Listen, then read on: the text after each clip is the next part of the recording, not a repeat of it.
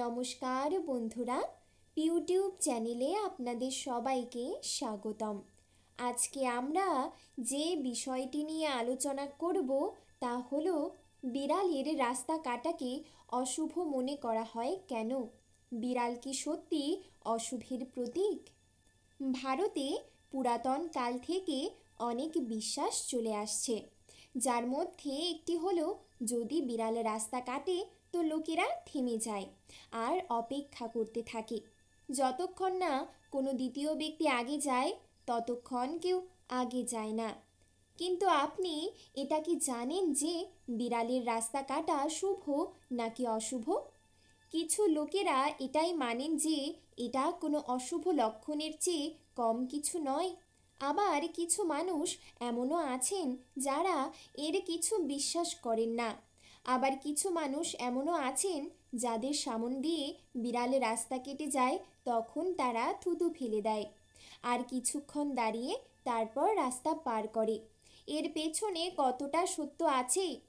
বাস্তবে কি বিড়ালের রাস্তা কাটা অশুভ কোনো লক্ষণ? আর এসব বিশ্বাসের পেছনের কারণ কি? আপনারা কি কখনো এসব ভেবেছেন? জ্যোতিষ শাস্ত্র অনুসারে রাহুকে অশুভ গ্রহ মানা হয়, আর এই রাহু আপনার জীবনে অনেক সমস্যার সৃষ্টি করে এবং এর অশুভ প্রভাবে জীবনে অন্ধকার শক্তি ও মানসিক বুদ্ধি লোপ পায়, যার কারণে আমাদের জীবনে দুর্ঘটনা ঘটার সম্ভাবনা থাকে। বিড়ালকে বৈদিক জ্যোতিষ শাস্ত্রে রাহুর বাহন বলা হয়ে থাকে। রাহুর বাহন হওয়ার কারণে ভারতীয় জনমানুষ বিড়ালের রাস্তা কাটাকে অশুভ মনে করে, অর্থাৎ মানুষ বিড়ালকে নয়, বিড়ালের ওপর বসে থাকা রাহুর জন্য বিড়ালের রাস্তা কাটাকে অশুভ মনে করে।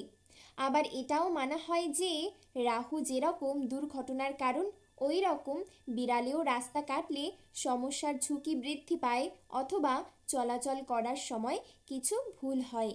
এই কারণে বিড়াল রাস্তা কাটলে সচরাচর মানুষ এগিয়ে না গিয়ে থেমে যায়। এখন আপনাদেরকে জানাবো বিড়ালে রাস্তা কাটলে অশুভ হওয়ার আরেকটি কারণ সম্পর্কে। ধার্মিক গ্রন্থ অনুসারে ধনদেবী লক্ষ্মীর বোন অলক্ষ্মীকে দারিদ্রতার দেবী বলে মনে করা হয়ে থাকে। অলক্ষ্মী সবসময় জীবনে গরিবনা ও সমস্যা নিয়ে আসে। শুধু তাই নয়, অলক্ষ্মী যাতে গমন করেন সেই প্রাণীটি হলো বিড়াল, অর্থাৎ অলক্ষ্মীর বাহনও বিড়াল। এইভাবেই বিড়াল ভারতীয় জনমানুষের মধ্যে অশুভতার প্রতীক বলে মনে করা হয়। কিন্তু এই প্রসঙ্গে আপনাদেরকে বলে দিই, দীপাবলির দিন যদি বিড়াল বাড়িতে আসে তাহলে সেটাকে শুভ বলে মনে করা হয়।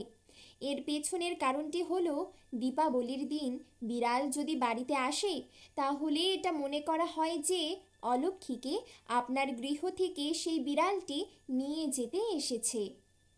এমনিতে তো বিড়ালের রাস্তা কাটাকে অশুভ বলে মনে করা হয়, সেখানেই অন্যদিকে দক্ষিণ ভারতের কর্ণাটক রাজ্যের মান্ডিয়া জেলা থেকে 30 কিলোমিটার দূরে একটি ছোট্ট গ্রামে বিড়ালকে শুভ বলে মনে করা হয় এবং সেখানে বিড়ালের মন্দিরও রয়েছে।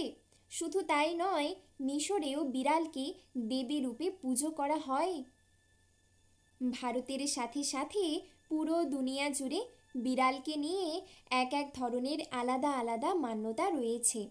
তো চলুন এমতো অবস্থায় আপনাদের সঙ্গে বিড়ালের সঙ্গে যুক্ত কিছু শুভ এবং অশুভ বিষয় নিয়ে আলোচনা করা যাক। এমনিতে তো আমরা সকলেই জানি কুকুর কান্না করলে তা অত্যন্ত অশুভ বলে গণ্য হয়।